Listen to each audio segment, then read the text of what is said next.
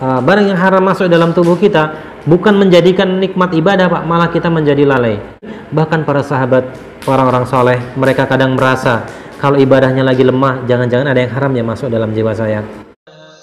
فَأَمَّا الَّذِينَ آمَنُوا فَيَعْلَمُونَ أَنَّهُ الْحَقُّ مِنْ رَبِّهِمْ. Nah, Allah. Ibadah yang benar itu didapatkan dari mana? Dari kita belajar.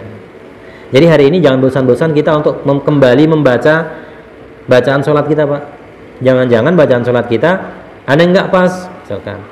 Nggak ada salahnya hari ini kita juga mulai lagi belajar membaca-baca buku tentang wudhu, ya, kajian-kajian tentang fikih dan lain sebagainya.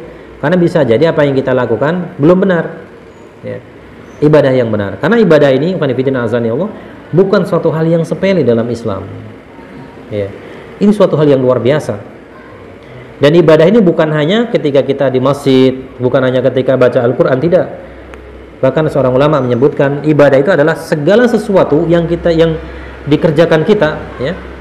Segala sesuatu yang dikerjakan dan kemudian mendatangkan cinta Allah, itulah ibadah.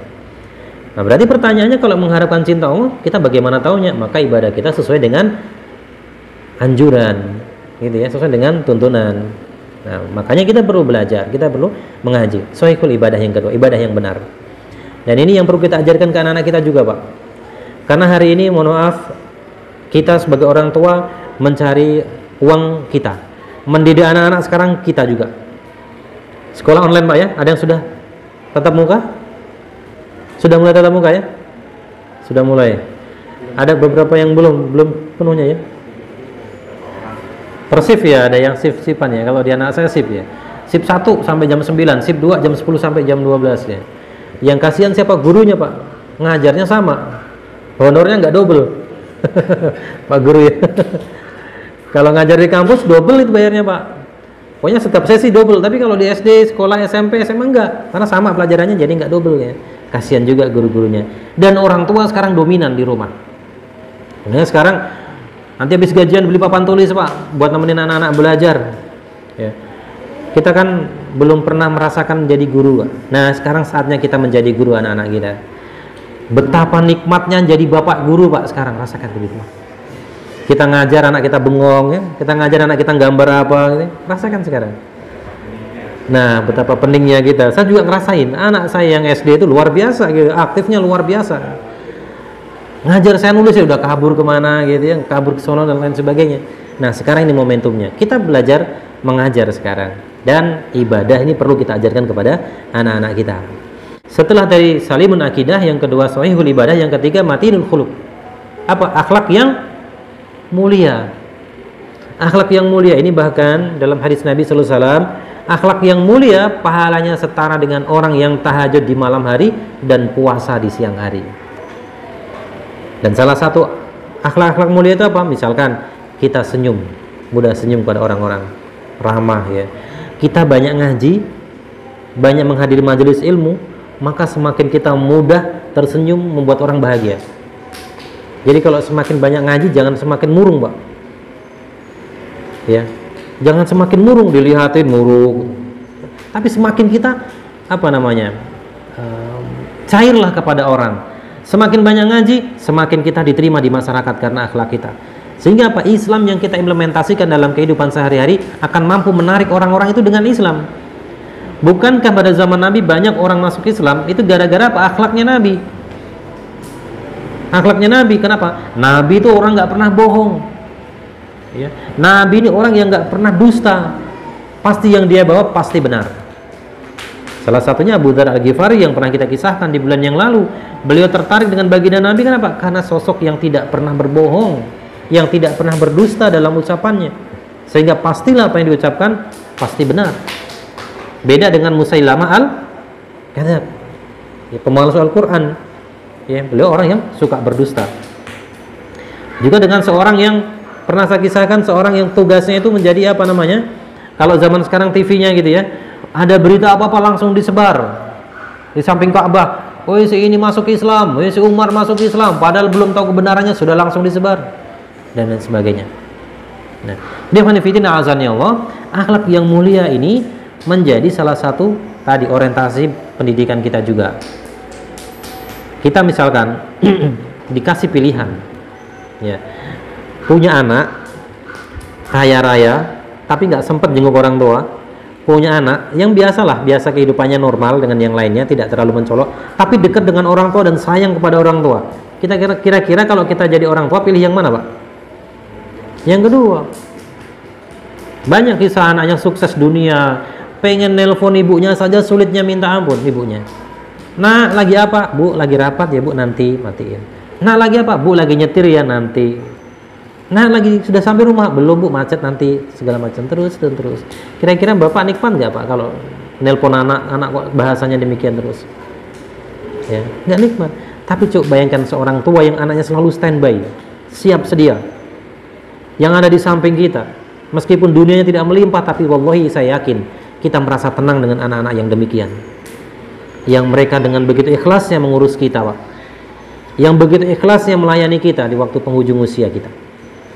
Kenapa bisa terjadi? Tadi di awal, akidahnya kuat, akhlaknya juga baik. Jadi akhlak yang baik itu turunan dari akidah kita yang kuat. Bukan disebut Islam yang sempurna ketika lisan kita masih menyakiti saudara seiman. Bukan dikatakan orang yang beriman secara sempurna ketika akhlak kita membuat orang-orang resah. Hadirnya kita membuat orang-orang resah itu berarti iman kita belum sempurna, Pak. Ya. Kita ada, orang lain bubar. Kenapa? Kalau sama dia nggak enak, ngomongin orang terus misalkan, ya. Pokoknya ini terus, jelek-jelek terus lah, mendingan nggak usah lah misalkan. Tetapi bagaimana kehadiran jemaah sekalian di dalam masyarakat ini dinantikan. Kehadirannya dinantikan, ketiadaannya dicari, ya, di masjid, nggak datang ke masjid dicari, jangan-jangan si bapak ini sakit atau ada urusan dan lain sebagainya, ya. Jangan-jangan ini sedang ada kebutuhan atau sedang ada keperluan yang mendesak, yang dia pergi nggak bisa ke masjid dan sebagainya. Kita perlu lihat kondisinya. Beginilah sahabat, ya. Sebagaimana Rasulullah SAW banyak mempersahabatkan, menguatkan hati-hati para sahabat, sehingga ketika nggak bertemu mereka rindu saling menyapa. Ya minimal kalau zaman sekarang WA kita ya, nanya kemana kabarnya, jarang ke masjid. Tidak apa-apa, Pak, silakan, Pak. Dan kita jangan sakit hati, wah mentang-mentang sering ke masjid sok suci. Enggak. Teman-teman kita yang memberikan WA ke kita, ngajak ngaji, ngajak ke masjid, bukan karena mereka orang paling bersih, Pak, betul nggak, Pak? Tapi mereka ingin merasakan nikmat bersama dalam jamaah ini, ingin merasakan duduk bersama dalam majelis ini. Dan ini adalah majelis yang diberkahi Allah Subhanahu wa taala. Taman di antara taman-taman surga di dunia adalah majelis ilmu. Ya, tiada suatu kaum yang mereka berkumpul di rumah Allah kemudian membaca kitab suci, mengkaji Al-Qur'an, membaca Al-Qur'an, mengkajinya, melainkan turun ketenangan. Tenang nggak, Pak, ngaji ini, Pak? Ingat utang nggak, Pak? Ya nanti ingat ada pulang. Jadi ingat yang di rumah belum masak, beras habis, ya ingat ya. Tapi paling tidak ada ketenangan kita hadir tempat ini. Sehingga tamannya para hati-hati galau dalam Islam, orang-orang yang gelisah, maka obat hatinya adalah datangi majelis-majelis ilmu, datangi para ulama, minta doa, ya. Datangi orang-orang soleh, minta didoakan, ya. Datangi orang-orang yang berilmu, orang-orang yang kita anggap mereka orang-orang soleh lah, minta doa kepada mereka agar kita diberikan kebaikan. Nah, jadi 3 hal tadi. Yang pertama adalah salimun akidah, yang kedua apa, Pak?